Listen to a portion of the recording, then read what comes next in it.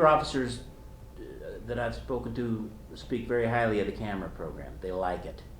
And there was some initial adjustment to it, but two of them said to me, I know regardless of the situation, I've got my camera.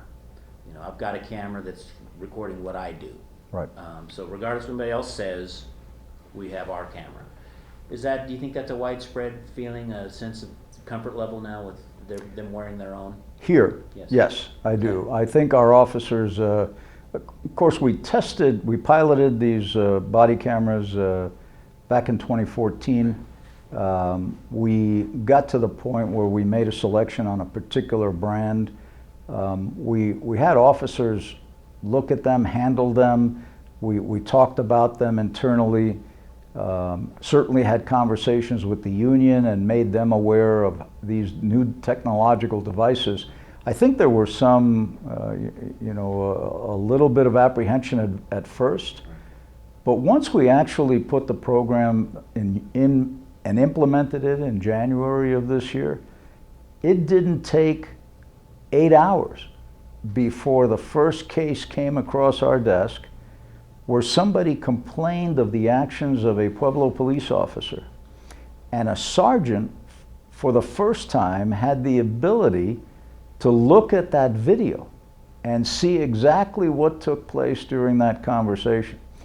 This complainant was saying that the officer was rude, that the officer actually grabbed the individual inappropriately, and used force inappropriately. When the sergeant reviewed the tape, the officer never touched the man, was not rude in any way, shape, or form. And the individual was shocked to find out that he had been videotaped. And ultimately he stormed out of this building without making a formal complaint because there was no basis for his complaint. So it didn't take very long for that to happen, and certainly there have been other instances since then. But I think the end result is that the officers feel that this is a tool that protects them as much as it protects the public. It has posed enormous challenges. And again, I'll give you an example. Here we are 6 months into the program.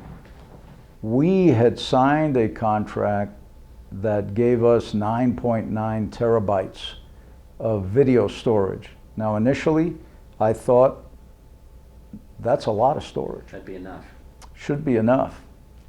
After 6 months, we're at 6.8 terabytes. Wow. Needless to say, we are at the rate that we're going now and that we're capturing videos, we will go over that and be up somewhere around the 12 or 13 terabyte range. So we're trying to come up with strategies to deal with that issue in particular.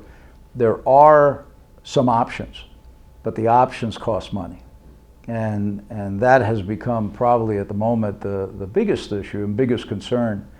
But I have been in discussions with the city manager now for several months about a possible way for us to get infinite storage.